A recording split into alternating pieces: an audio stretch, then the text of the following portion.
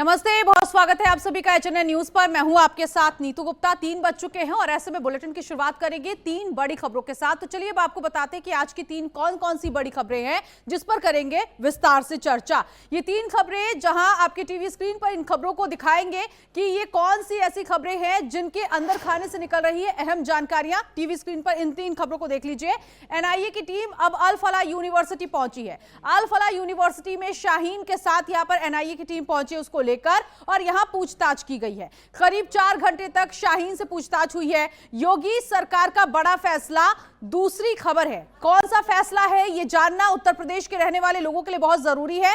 दरअसल डीओबी यानी कि डेट ऑफ बर्थ प्रूफ के लिए अब मान्य नहीं होगा आधार कार्ड। आखिर इसके पीछे की वजह क्या है, क्यों अब उत्तर प्रदेश में आपको जन्म प्रमाण पत्र दिखाना होगा, बताएंगे इस बुलेटिन में। इसके साथ ही साथ बात करेंगे रायसेन रेप केस की। आरोपी का एनकाउंटर हुआ, इसमें वो घायल हो चुका है। आरोपी को हॉस्पिटल पहुंचाया गया है और ऐसे में पुलिस इस पूरे मामले की तहकीकात कर रही है। तो ये 3 खबरें इस वक्त 3 बजे के बुलेटिन में, तीनों ही खबरों को विस्तार से बताएंगे। लेकिन उससे पहले इस वक्त की हेडलाइंस पर एक नजर।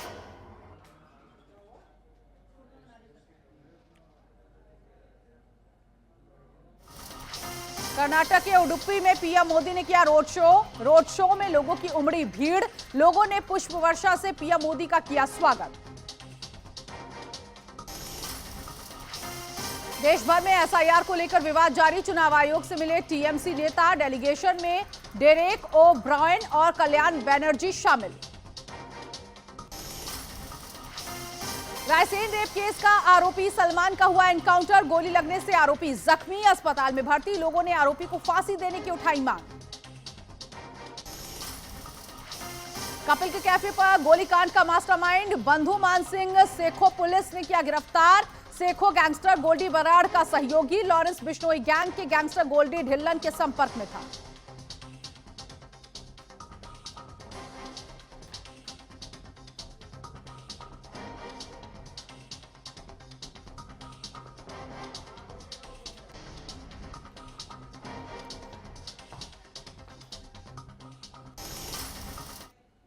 और बुलेटिन में सबसे पहले बात कर लेते हैं उस खबर की जिसको लेकर लगातार एनआईए की तरफ से अलग अलग ठिकानों पर छापेमारी हो रही है। और अब ये छापेमारी एक बार फिर से अल फलाह यूनिवर्सिटी तक पहुंची है। दरअसल शाहीन को लेकर यूनिवर्सिटी पहुंची है एनआईए की टीम। यहां शाहीन से करीब 4 घंटे तक पूछताछ हुई है और अल फलाह यूनिवर्सिटी को लेकर ही ये जानकारी मिल रही थी कि यहां से काफी ज्यादा सामग्री बरामद की गई है। कल ही मुजम्मिल को लेकर ये जानकारी मिली कि यहां पर एक ऐसा घर किराए पर लिया गया था जहां शाहीन के साथ वो आता जाता रहा है और इसके साथ ही यहां पर काफी ज्यादा विस्फोटक सामग्री छिपाकर रखी गई थी।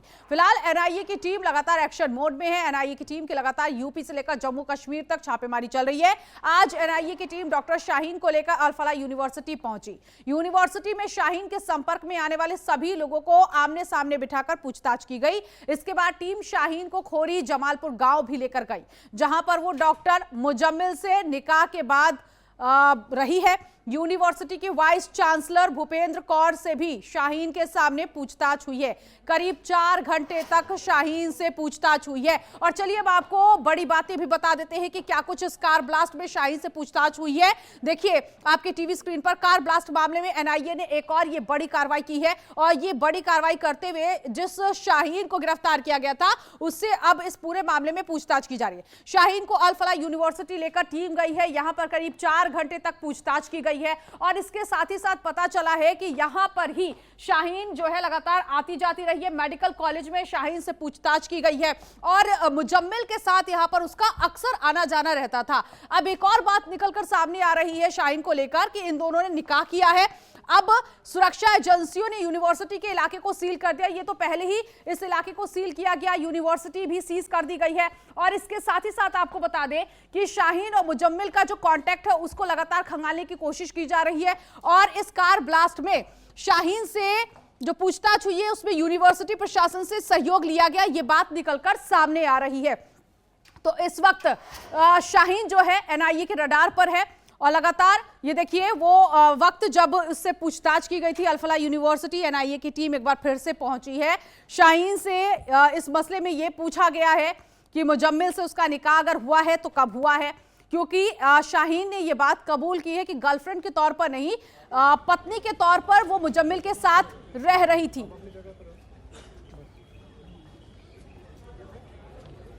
तो शाहीन पर देश विरोधी गतिविधियों के मामले में टेरर मॉड्यूल खड़ा करने का आरोप लगा है और शाहीन अब और भी राज उगलेगी। एनआईए की टीम पहुंची अल फलाह यूनिवर्सिटी। अल फलाह यूनिवर्सिटी में शाहीन से पूछताछ हुई है। करीब 4 घंटे तक शाहीन से पूछताछ हुई है। करीबियों से भी पूछताछ यहां पर एनआईए की टीम ने की है। मुजम्मिल के घर भी एनआईए की टीम पहुंची है। तो देखिए, शाहीन को अल फलाह यूनिवर्सिटी लेकर पहुंची टीम, उसके बाद मुजम्मिल के घर पहुंची, उस जगह पर भी पहुंची जहां शाहीन और मुजम्मिल रहते थे, उनका आना जाना था। कल ही ये खबर मिली थी कि एक खेत में किराए का कमरा मकान लिया गया। पूर्व सरपंच का ये मकान था, 2 BHK ये मकान था और यहाँ पर अक्सर मुजम्मिल शाहीन को लेकर आता था।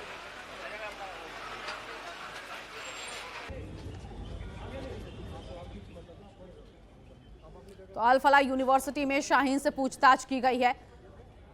4 घंटे तक शाहीन से पूछताछ हुई है, करीबियों से पूछताछ हुई और अब लगातार 2 दिन मुजम्मिल और शाहीन के ठिकानों पर एनआईए की टीम की दबिश हुई है।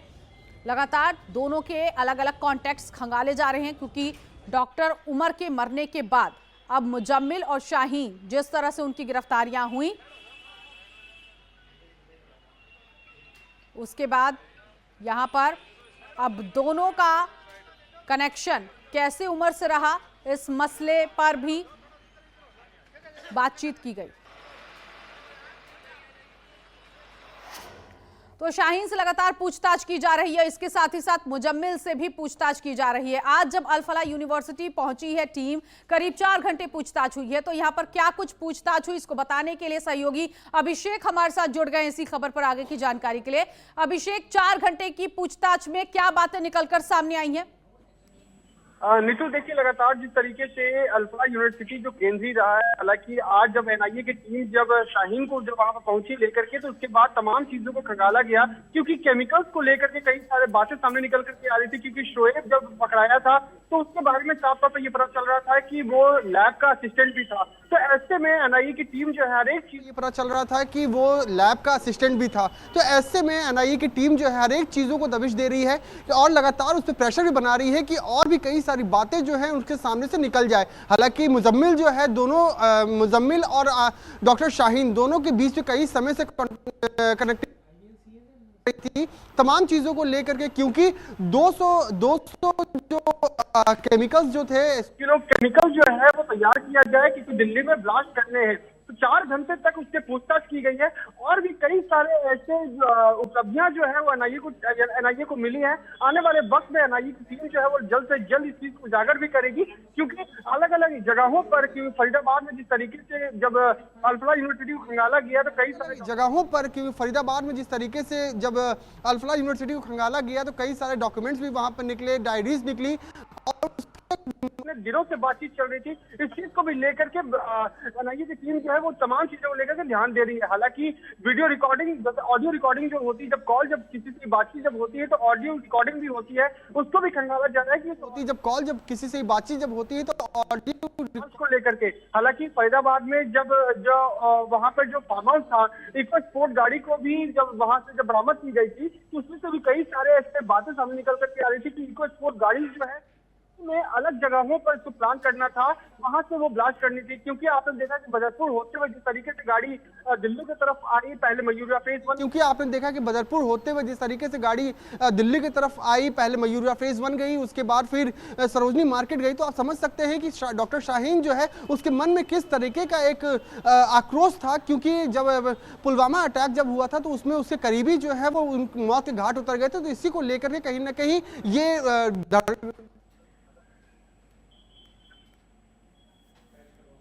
बिल्कुल। और ऐसे में अभिषेक, खबर यह भी मिल रही है कि अब टीम लखनऊ भी पहुंचेगी, कानपुर भी पहुंचेगी। लखनऊ जहां पर शाहीन का परिवार रहता है, वहां पर पूछताछ होगी। तो क्या अब शाहीन को लेकर ही टीम वहां पर पहुंचने वाली है? देखिए, लगातार लखनऊ में भी इससे पहले भी आपको बताया था कि दिल्ली में जिस तरीके से जांच चल रही है, उसके बाद लखनऊ में एनआईए की टीम पहुंची और उससे करीबी से भी पूछताछ की जा रही है कि आखिरकार डॉक्टर शाहीन जो है इतने समय से मेडिकल का पढ़ाई की, उसके बाद जो इस तरीके का जो घटना जो उसने अंजाम दिया है, इस चीज को लेकर के भी तमाम जगहों से उसके जो परिवार जो लोग जो है उसे अंजाम दिया है, इस चीज को लेकर के भी तमाम जगहों से उसके जो परिवार जो लोग जो है उससे बातचीत कर रही है कि आखिरकार क्या ऐसा बात रहा जिसके वजह से डॉक्टर शाहीन ने ये जघन्य हत्या कांड किया। तो ऐसे में लगातार जो उसके परिवार भी जो है कहीं ना कहीं इस पे घिरते हुए नजर आ रहे हैं। कई लोगों का हो सकता है कि एनआईए की टीम जो है इस मामले में कई लोगों को गिरफ्तार भी कर सकती है और गिरफ्तारी के बाद उससे पूछताछ भी कर सकती है। तो ऐसे में अब आने वाले वक्त में नीतू पता चलेगा कि एनआईए की टीम जो है लगातार अलग अलग जगहों पर जो पूछताछ कर रही है उसमें क्या कुछ कड़ियां सामने निकल करके आती है, क्योंकि लगातार आपने देखा कि 7वां आरोपी जो था शोएब, उसको भी गिरफ्तार कर लिया। तो ऐसे में एनआईए की टीम लगातार जो इस चीज को लेकर के भी सतर्क है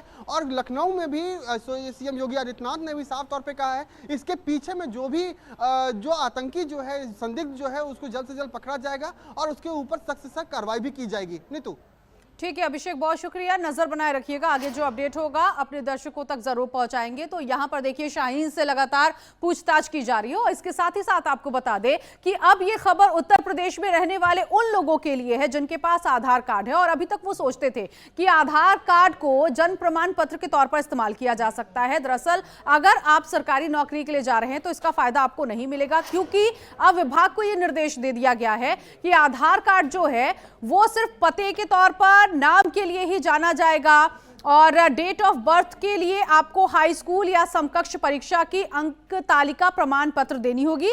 अस्पताल से मिले जन्म प्रमाण पत्र या नगर निगम, नगर पालिका, नगर पंचायत और ग्राम पंचायत द्वारा जारी किया गया जो जन्म प्रमाण पत्र है वो आपको देना होगा। पासपोर्ट ही मान्य होंगे। यह फैसला फर्जी प्रमाण पत्रों पर रोक लगाने और सत्यापन प्रक्रिया को मजबूत बनाने के लिए लिया गया है।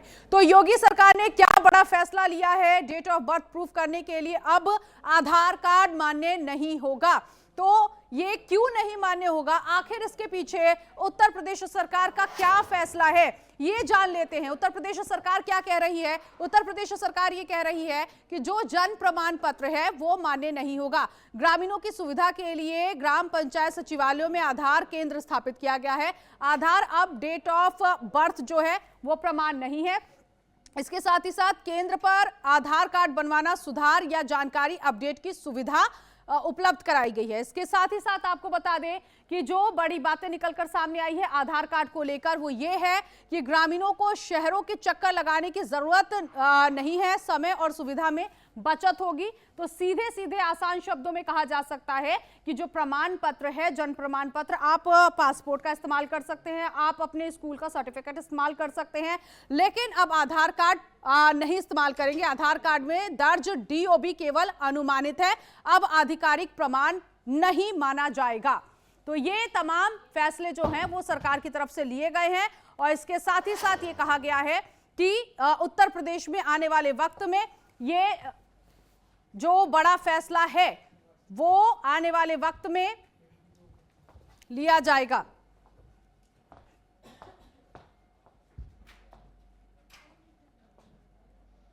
पुनित मोहन इस वक्त हमारे साथ सहयोगी जुड़ गए इसी खबर पर आगे की जानकारी के लिए। पुनित, मुझे बताइए कि आखिर ये फैसला क्यों लिया गया कि आधार कार्ड जो है वो पते के लिए माना जाएगा, आधार कार्ड नाम के लिए प्रूफ है, लेकिन इसको डेट ऑफ बर्थ नहीं माना जाएगा।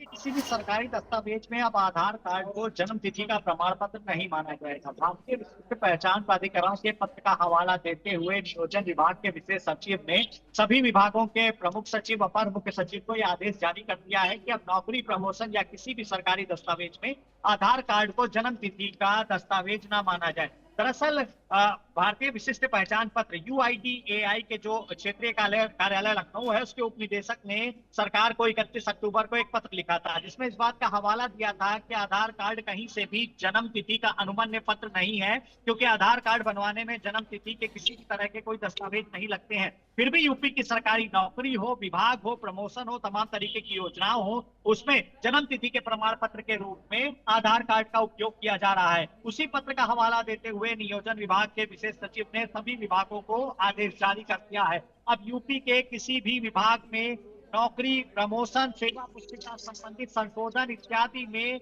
किसी भी तरीके से जन्म तिथि के प्रमाण पत्र के लिए आधार कार्ड का यूज नहीं होगा। आधार कार्ड केवल पहचान और सत्यापन का आधार मात्र है। जी, तो जन्म प्रमाण के लिए अब हाई स्कूल का सर्टिफिकेट, डेट ऑफ जो सर्टिफिकेट है वो देना होगा, डेट शीट देनी होगी, लेकिन अब पासपोर्ट मान्य होगा, लेकिन आधार कार्ड जो है वो सिर्फ नाम के लिए और एड्रेस के लिए ही माना जाएगा। बहुत शुक्रिया पुनीत इस जानकारी के लिए। तो उत्तर प्रदेश में अब आधार कार्ड को मान्य नहीं किया जाएगा डेट ऑफ बर्थ सर्टिफिकेट के तौर पर। और इसके साथ ही साथ आपको बता दें कि कुल मिलाकर यहां पर सरकार ने जो फैसला लिया है, सरकार ने कहा है कि जिस तरह से जो फर्जीवाड़ा हो रहा है आधार कार्ड को लेकर, इसीलिए यह फैसला लिया गया। ये बढ़ेंगे रायसेन से खबर मिल रही है, जहां रेप केस मामले में आरोपी सलमान का पुलिस के साथ शॉर्ट एनकाउंटर हुआ और इसके पहले खबर आई थी कि मध्य प्रदेश पुलिस ने उसे गिरफ्तार कर लिया है। बता दें, रायसेन जिले की पुलिस ने फरार चल रहे आरोपी सलमान को भोपाल के गांधीनगर से एक चाय की दुकान से गिरफ्तार किया। आरोपी पर 30,000 रुपए का इनाम घोषित किया गया था। जैसे ही सलमान चाय पीने की दुकान पर पहुंचा, पुलिस ने तुरंत उसे दबोच लिया, जिसके बाद गोहरगंज पुलिस उसे रायसेन ले जा रही थी। इसी दौरान गाड़ी में पंचर हो गया और आरोपी भागने की कोशिश करने लगा। इसके बाद उसका एनकाउंटर हो गया, आरोपी के पैर में गोली लगी और वो अस्पताल में भर्ती कराया गया। 6 साल की मासूम से दुष्कर्म के मामले में आरोपी सलमान की गिरफ्तारी हुई, जिस पर मुख्यमंत्री डॉक्टर मोहन यादव ने कड़ा संदेश दिया है। उन्होंने कहा है कि हमारी पकड़ से कोई भी अपराधी भाग नहीं सकता। तो मोहन यादव ने कहा है कि जो दोषी है उस पर सख्त कार्रवाई की जाएगी। और क्या बड़ी बातें निकल कर आई है इस पूरे केस से, ये भी जान लेते हैं ग्राफिक्स के जरिए। आरोपी सलमान का एनकाउंटर हुआ, इलाके में सुरक्षा कर्मियों की तैनाती की गई है। एक मासूम बच्ची से दुष्कर्म के मामले में आरोपी सलमान का एनकाउंटर, उसे घायल किया गया और इसके साथ ही साथ अस्पताल में भर्ती है। टैगोर विश्वविद्यालय द्वारा विश्व रंग का आयोजन विगत 15 वर्षों से किया जा रहा है। ये हमारे 70 से ज्यादा देशों में, जहां हमारी संस्कृति की पुष्पित पल्लवित होते हुए यहाँ के भारतवंशियों ने अपनी पहचान बनाई है, ऐसे सारे देशवासियों को भोपाल से जोड़कर, भारत से जोड़कर के माननीय संतोष चौबे जी ये अद्भुत कार्यक्रम करते हैं, जहां विविध प्रकार की हमारी सभी प्रकार की कला, साहित्य और सभी रंगों को साथ विश्व रंग का जो आयोजन करते हैं। मैं ऐसे सारे कलाकारों का, साहित्यकारों का, सृजनशील व्यक्तित्वों का भी अभिनंदन करता हूं, स्वागत करता हूं और माननीय संतोष जी को बधाई देता हूं कि आपके माध्यम से मध्य प्रदेश भी गौरवान्वित होता है और भारत भी गौरवान्वित होता है। मेरी अपनी ओर से बधाई। देखिए, हमारी सरकार ने इस बात की पहचान हमारी सरकार के गठन के साथ ही बनाई। हमारी जो स्पेशल टीम्स थी, उन्होंने ये जो आरोपी सलमान है, जो पिछले 5-6 दिनों से फरार चल रहा था, जिसकी तलाश में सभी टीमें लगी हुई थी, उसके बारे में एक सटीक टिप के अनुसार हम लोगों ने कार्रवाई करते हुए उसको अभिरक्षा में लिया। अभिरक्षा में लेने के बाद में जब पुलिस उसको लेकर के आ रही थी गोहरगंज भोजपुर के रास्ते, तभी रास्ते में जो है वो गाड़ी से एकदम से उसने कूदने का प्रयास किया और हमारे जो सब इंस्पेक्टर था उसकी जो है पिस्टल जो है उसने छीन करके पुलिस पर भी फायर किया। तो पुलिस ने भी अपने सेल्फ डिफेंस में जवाबी फायर किया, जिसके तहत जो है एक गोली उसको पैर में लगी है। उसके तुरंत उपरांत उसको जो है उपचार के लिए ऐसी गाड़ी से, स्कॉर्पियो से मैं ही ड्राइव कर रहा था, इसी को मैं ही लेके जा रहा था। यहाँ पे आरोपी था, साथ में हमारा स्टाफ भी था और पीछे से एक बैकअप वाली गाड़ी आ रही थी। तो हम लोग यहाँ पर पहुंचे तो देखा कि गाड़ी में कील लग गई थी और वो पंचर हो गई है। तो दूसरी गाड़ी में उसे शिफ्ट किया जा रहा था। तो अपने उप निरीक्षक श्यामराज जो थाना प्रभारी सुल्तानगंज में, वो उसे शिफ्ट कर रहे थे, दूसरी गाड़ी में शिफ्ट करने के लिए निकले थे। तो उसने पुलिस अधिकारी की पिस्टल को निकालकर उनके ऊपर फायर करना चाहा, जिससे हाथ को ऊपर कर दिया गया। तो वो स्वयं हताहत नहीं हुए और साथ ही साथ उसने भागने का प्रयास किया, तो जवाबी कार्रवाई में, पुलिस की कार्रवाई में उसको गोली मारी गई। तो कितनी गोलियां चली थी, उसने कितनी चलाई?